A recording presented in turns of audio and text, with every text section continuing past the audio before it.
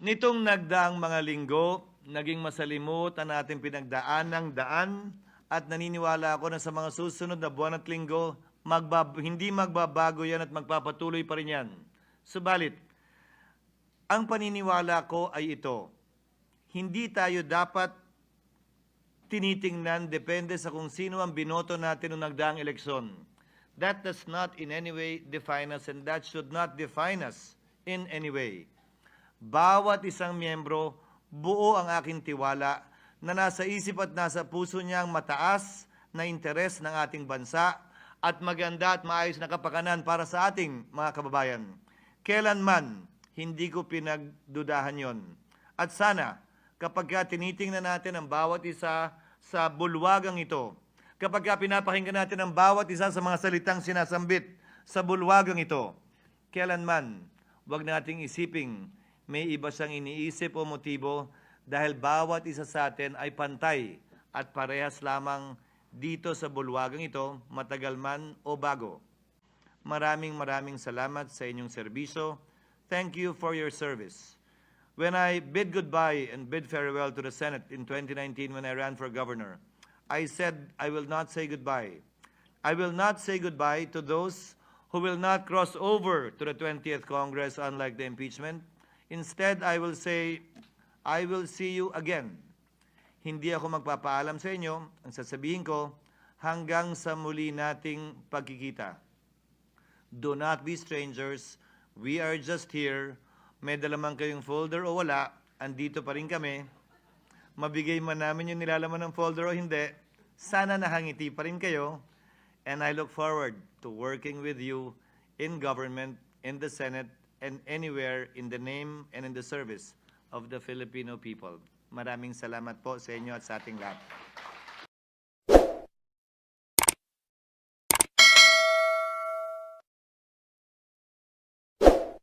Majority Floor Leader.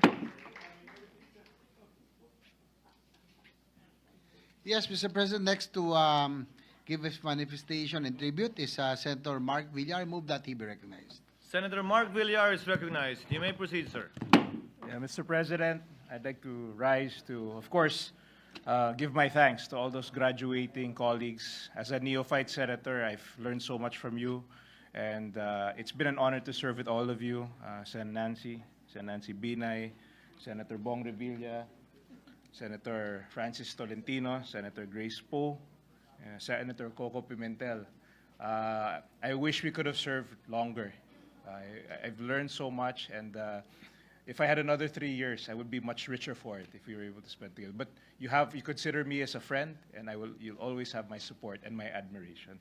Thank you. And of course, I'd like to also give a special tribute to my mother, and I'm standing here today. I would be remiss if I did not say a few words for my mother. Alam ko naman na siya po yung mother bear ng Senado, but she is my mother.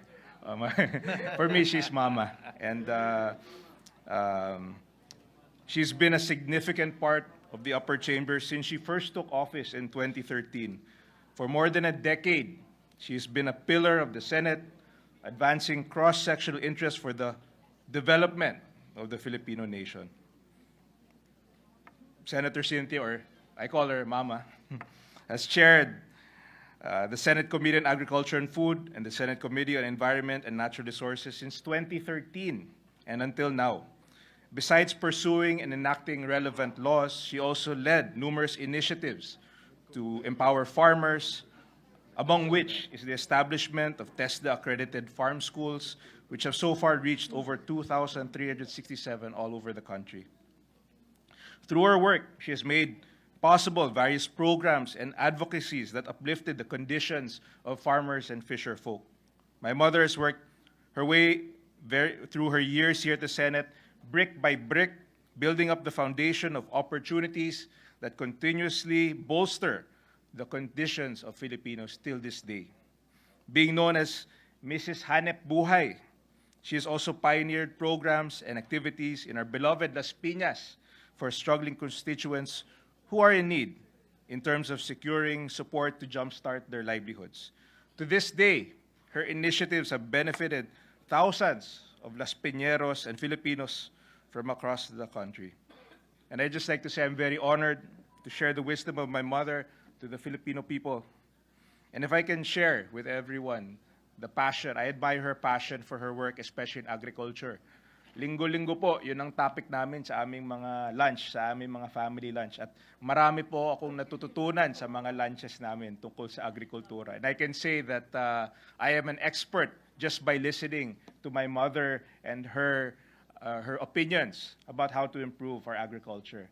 And I can say that the moves, the legislation that she has done in this chamber will reverberate through many generations of Filipinos. And for that, I have the highest respect. And I think to be able to serve in this chamber with your mother is a very unique honor. I think Senator Jinggoy knows the feeling siguro dahil kasama mo rin ang mother mo sa Senate. But it's a very unique, yes, it's a very unique experience. And I'd just like to say that, Mom, it's been an honor for me to serve here for the past 3 years. I learned so much from you. And I hope it's my ambition that I can have the same effect in terms of legislation that you have made in this chamber. So I will always follow your lead, and with what I've learned from you, I'll carry on your legacy here in the Senate. So thank you, Mama, for always supporting me, and you have all my respect and all my love and all my admiration. Thank you. Thank you. Thank you very much. Thank you, Senator Mark Villar. Majority Leader. Mr. President, Senators Rafi Tulfo, Bato de la Rosa, and Bongo would like their manifestations be inserted to the records. Duly noted and so ordered. Majority Leader. And also our Senate President Pro Tempore, his Duly noted and entered into the records. last Majority Leader. to make a manifestation is Senator Pia Cayetano. I move that she be recognized. Senator Pia Cayetano is recognized. You may proceed, ma'am. Thank you, Mr. President. Many of the words I have prepared for our colleagues have already been mentioned by our other colleagues because obviously we have all been together. So to a large extent, we have similar experiences with our colleagues. But I'm going to just mention a few, and I will also insert my entire manifestation into the record. So for Senator Tol, as I think it's Senator Joel who aptly mentioned that we call him the professor. Mas nerd ako sa'yo, so I appreciated it more. Lumalabas pa ako para makinig kasi minsan wala na sa inyong nakikinig, so nakatutok ako doon na nakikinig. But I think, I don't know which title goes best, na the professor or that he forgets he's the majority floor leader, because as people who work in the Senate know, the job of the majority floor leader is to move along the deliberations. And when the Senate President assures me na, huwag ka na mag-alala, hindi na magtatanong to, isa na lang tatanong nito, magtatanong ang majority floor leader who has experienced that. Itaas po ang inyong kamay. Okay, we love you, Tol, pero we love you. To Senator Coco, sabi mo nga, you're an introvert, you are a nerd. We know that. And I think nakatulong naman kami, no? I'm also an introvert, so I think nakatulong naman kami to bring out the best of you. Nawala na yung asawa mo, sasabihin ko, sana pasalamat ka naman sa amin kasi nakatulong naman yata kami sa iyong people skills, no? But it has been an honor to be a part of the senators who made sure that you will be here in the Senate with us. I truly enjoyed a lot of our debates. I tell my kids that I geek out on the legal work that we have been trained to do, and you are one of those who have really, aside from, of course, your father, my seatmate, the father of our colleague, Senator Sani Angara, Senator Miriam, but you are worthy of the name Pimentel because your father was my seatmate, and many times you and I, because my wonderful brother, our wonderful Senate President, as Senator Grace has said, are sometimes unicorns. So, tayong naiiwan mga senador, tayo naiiwan mga senator lawyers na tinatry natin mapaayos ang ating crafting of laws, and in fairness, to always make it easy for the people to understand. So I thank you for that. I thank you for that. Senator Mayor Nancy Binay, I join our colleagues in saying that behind that quiet demeanor is a lot of strength and sincerity and a lot of hours that you have put in attending all of these hearings. I would sometimes come during budget hearings, and we all come at different times, and you always updated me on the most in fairness, hindi yung chika yung ikukwento ko. She would always update me on very controversial issues that required 3 hours of hearing, pero 10 minutes or 1 minute worth lang ang laman nun. Tas she would update me on that. And I always was in awe that you had the patience to sit through those hearings and then concise 3 hours in 30 seconds for me. So thank you for that. We've shared many common advocacies, and I think just a few days ago, I delivered the bicameral, what do you call it, report, and I mentioned that we made sure, the bicameral report on the Virology Institute, and we made sure that the role of RITM is secure there, because that is something that you and I fought against. We fought against the creation of a Virology Institute that would eradicate RITM from as an institution, and we wanted to make sure it stayed, and we did that successfully. I wish you all the best, and I mentioned to your husband that perhaps he and my brother, Senator Alan, can create a Senate spousal committee for the not just cordial, but best relationship that Makati and Taguig can ever have. To Senator Grace Poe, I'm also grateful for the many years of partnership on many issues, the last of which during the term that she chaired the Committee on Finance and I was the Vice Chair. We worked together on many health, education, women and children's issues. I am proud to ensure that a foundling was considered a Filipino senator. I am proud that we have been able to work together on many legislation that are protecting the most vulnerable, and who else would not be as vulnerable as a child that is born either without known parents or with known parents who leave them behind. So thank you also for the inspiration. And we leave on from foundling, we go to animal welfare, and I promise to keep up the work that you have started. And I wish you also all the best. To Senator Bong, my kabatch, we have been together since 2004, many years. I'd like to say, mas mukha pa naman akong bata kaysa sayo. Part of my, I'm sometimes introduced as the youngest ever elected female senator. It would be the youngest ever elected senator, if not for Bong, who is 6 months younger than me, kaya female senator. The youngest is no other than my batchmate, Senator Bong Revilla. It is true what so many of us have said. He always comes with a light heart, with good words for all of us. And we only hope and pray that you continue to share this brightness with everyone. Thank you for the very meaningful legislation that you passed in the last few years. And to Tita Cynthia. Tita Cynthia, I had so many interesting stories, pero parang mas bagay siya off the record na lang. Off the record na lang, doon na lang sa group chat. Abangan nyo. Abangan nyo. A lot of them include Senator Sani Angara also. A lot of them kasi was during our last campaign together. So, off the record na lang yon, pero suffice it to say that, wala na si Mark. Mark, you have a very interesting mother who has also become a mother to all of us. And truly, truly admirable, Tita Cynthia, your passion, conviction for the environment, for the farmers, conservation, and for that, you will always be an inspiration to us. Finally, I just want to acknowledge the leadership of our Senate President, Chis Escudero.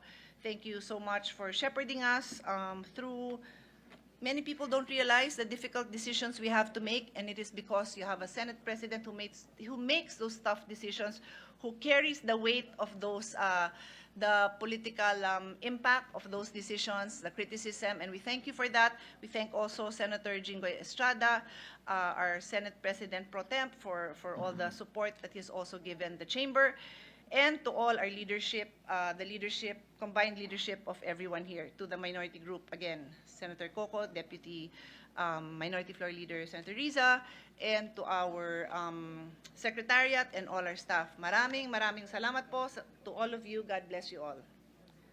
And I think that's it. Thank you. Thank you, Senator Pia. Majority Floor Leader. Yes, Mr. President, last but not the least, to make our manifestation and tribute is Senator Lauren Legarda. I move that she be recognized. Senator Legarda is recognized. You may proceed, ma'am. Thank you, Mr. President. It is with deep respect that I rise to co-sponsor the resolutions before us, honoring our distinguished colleagues for their dedicated service and invaluable contributions to the Senate as they conclude their terms in the 19th Congress.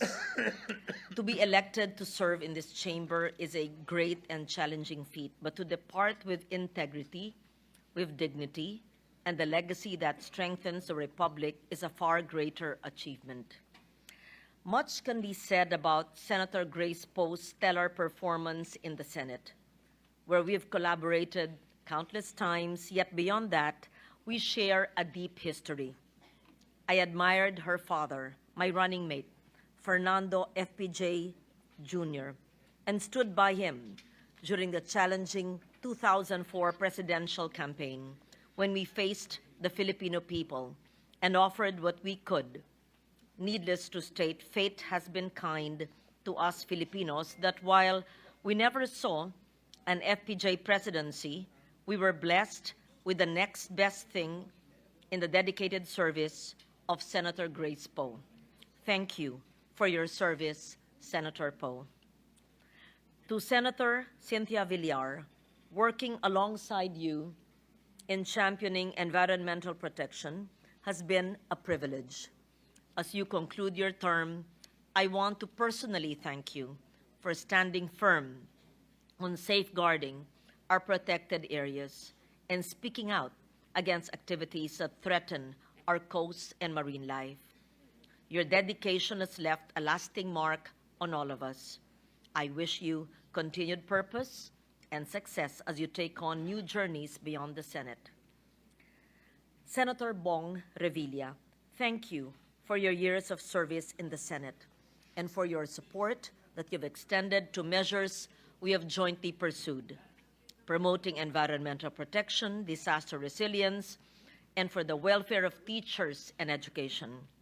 Your contributions to the work of this chamber have been part of our collective effort to serve the Filipino people. Thank you once again, and may your future work continue to benefit the Filipino. Minority Leader, Senator Aquilino Coco Pimentel III. Your leadership as Minority Leader reminds us that a senator's duty goes beyond endorsing measures that we support. It's about ensuring every proposal is rigorously examined against the Constitution, laws, sound policy, reason, and purpose. The 19th Congress owes much to the minority's steadfast vigilance. Without your tireless scrutiny and principled challenges, we risk passing laws that fall short of serving the people. Thank you for championing thorough deliberation and upholding the integrity of our legislative process. I wish you continued strength and wisdom in all that you do. Senator Francis Tolentino's contributions to the 19th Congress have been immeasurable, from his tireless leadership of the majority during deliberations to its steadfast defense of pivotal laws critical to our national territory and security. His dedication has been instrumental in advancing measures that safeguard our sovereignty and benefit the Filipino people. Thank you, Senator Tol. We wish you were here, and best wishes as you embark on your next chapter. and to my BFF, seatmate Nancy.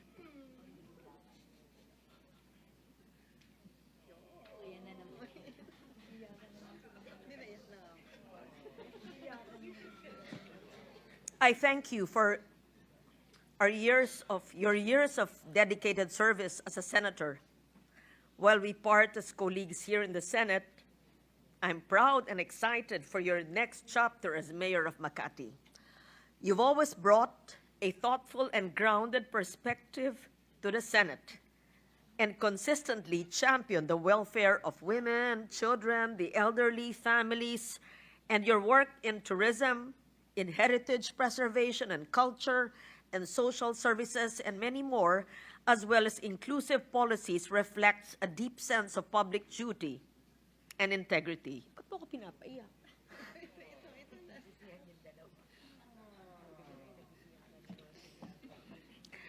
I'm so happy that you will continue to serve the people right in your home in Makati, and I wish you wisdom, courage, and joy in this new role. I agree with Pia that it was not just Marites stories, but really much, much more. Sino nang katabi ko ng 6 na taon na magre-report sa akin araw-araw ng mga pangyayaring hindi ko alam at malalaman? Dahil in a way, I'm an introvert, believe it or not, like the minority leader. Anyway, as some of you, my colleagues, close this chapter, may you carry forward the same passion and integrity that marked your service in this chamber. The term of an elective office will end, but the heart of a public servant endures beyond any farewell. My dear colleagues, congratulations, and we wish you well. Thank you, Senator Legarda. Majority, bago makarating si Amiron, tapos na ako eh. Sa atin pong lahat, isang maganda at pinagpalang gabi. Tulad ng sinabi ko, maikli lamang ang aking magiging talumpati dahil halos nasabi naman na ang lahat ng pasasalamat kanina, nabanggit na lahat ng papuri kanina. Lahat ng mga magagandang salita ay ginawad na sa mga miyembrong lilisan at mananatili dito. Naangkin na rin lahat ng panukalang batas na pinasa natin, kaya wala na ako mababanggit. Kaya hayaan nyo na lamang magpasalamat ako sa bawat isa sa inyo sa pamamagitan ng pagbibigay na maikling talumpati upang sa gayon makauwi at makapagpahinga na ang bawat isa, lalo na ang ating staff at ang secretariat, dahil nitong nakaraang 2 linggo, hindi may kakaila na bugbog tayo sa trabaho, bugbog tayo sa labas, bugbog pa rin tayo sa mga tigaloob dito. Kaya gusto ko ang mga oras tulad nito kung saan nagbibigay tayo ng mga magagandang talumpati. Kahapon lamang, maanghang na salita, nagpalitan tayo ng maanghang na salita. Pero ngayon, tila wala tayong ginawang mali sa isa't isa. Maging ganun pa man, Senator Coco, pinapatawad na kita. Lahat ng panimulang interpellation ni Senator Coco, naiinis ako, pero pag natapos siya, may punto naman talaga at naging mas matalino ako pagkatapos nun. Malaya na ang staff mo, Senator Coco, na makakauwi ng mas maaga mula bukas. Ang babanggitin ko na lamang yung mga nandito. Senator Nancy, ikaw dapat ang gumamit ng tagline ni Senator Mark Villar dahil ikaw sa totoo lang andito sa Senado, ang tahimik lang. Kaya ka siguro BFF ni Senator Lauren, ikaw lang hindi nagrereklamo tuwing pinapatay niya yung aircon.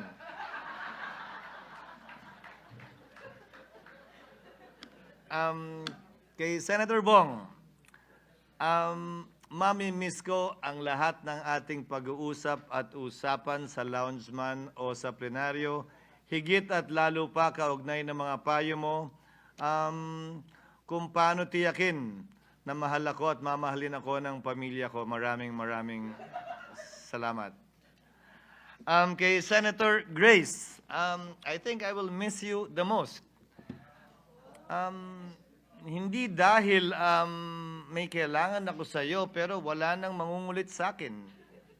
I remember, nung una kang pumasok sa Senado, payat ka pa nun. Ngayon, mas payat ka na.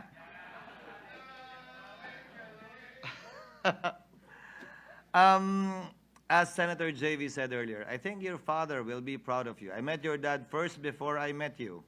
I met your mom second before I met you. And I think they will both be proud of what you've accomplished and will continue to accomplish beyond your term here in the Senate. Isang bagay na lamang po ang sasabihin ko, lahat ng panukalang batas, resolusyon, committee report na naipasa natin ay dahil sa tulong at pagpahintulot ng bawat isa sa atin. Hindi lamang ng author, ng sponsor, ng may akda, kundi kabilang higit pa ang mga walang pangalan at muka na walang pinangungunahang honorable ang mga pangalan, pero sa totoo lang, mas malaki ang papel na ginampanan nila para maipasa ang mga panukalang batas, resolusyon at committee report na ito. At yan ay ang Senate Secretary at lahat ng empleyado ng Senado. Bigyan po natin sila ng pagkilala. Nitong nagdaang mga linggo, naging masalimut ang ating pinagdaan ng daan at naniniwala ako na sa mga susunod na buwan at linggo, hindi magbabago yan at magpapatuloy pa rin yan. Subalit, ang paniniwala ko ay ito, hindi tayo dapat tinitingnan depende sa kung sino ang binoto natin noong nagdaang eleksyon. That does not in any way define us and that should not define us in any way. Bawat isang miyembro, buo ang aking tiwala na nasa isip at nasa puso niya ang mataas na interes ng ating bansa at maganda at maayos na kapakanan para sa ating mga kababayan. Kailanman, hindi ko pinagdudahan yon. At sana, kapag tinitingnan natin ang bawat isa sa bulwagang ito, kapag pinapakinggan natin ang bawat isa sa mga salitang sinasambit sa bulwagang ito, kailanman, huwag nating isiping may iba siyang iniisip o motibo dahil bawat isa sa atin ay pantay at parehas lamang dito sa bulwagang ito, matagal man o bago. Bilang panghuling salita, malaking oras ang hiniling na ng bansa at ng bayan at ng ating mga kababayan mula sa mga miyembro ng Senadong ito sa nagdaang 3 taon, sa nagdaang 6 na taon, sa nagdaang 12 taon para sa iba o higit pa. Maraming salamat sa inyong serbisyo. Thank you for your service. When I bid goodbye and bid farewell to the Senate in 2019 when I ran for governor, I said I will not say goodbye. I will not say goodbye to those who will not cross over to the 20th Congress unlike the impeachment. Instead, I will say, I will see you again. Hindi ako magpapaalam sa inyo. Ang sasabihin ko, hanggang sa muli nating pagkikita. Do not be strangers. We are just here. May dala man kayong folder o wala, andito pa rin kami. Mabigay man namin yung nilalaman ng folder o hindi, sana nakangiti pa rin kayo. And I look forward to working with you in government, in the Senate, and anywhere in the name and in the service of the Filipino people. Maraming salamat po sa inyo at sa ating lahat. Majority Floor Leader. Mr. President, I move that all pending matters under the calendar for ordinary business be sent to the archives. So move, Mr. President. Any objection? Hearing none. Motion is approved.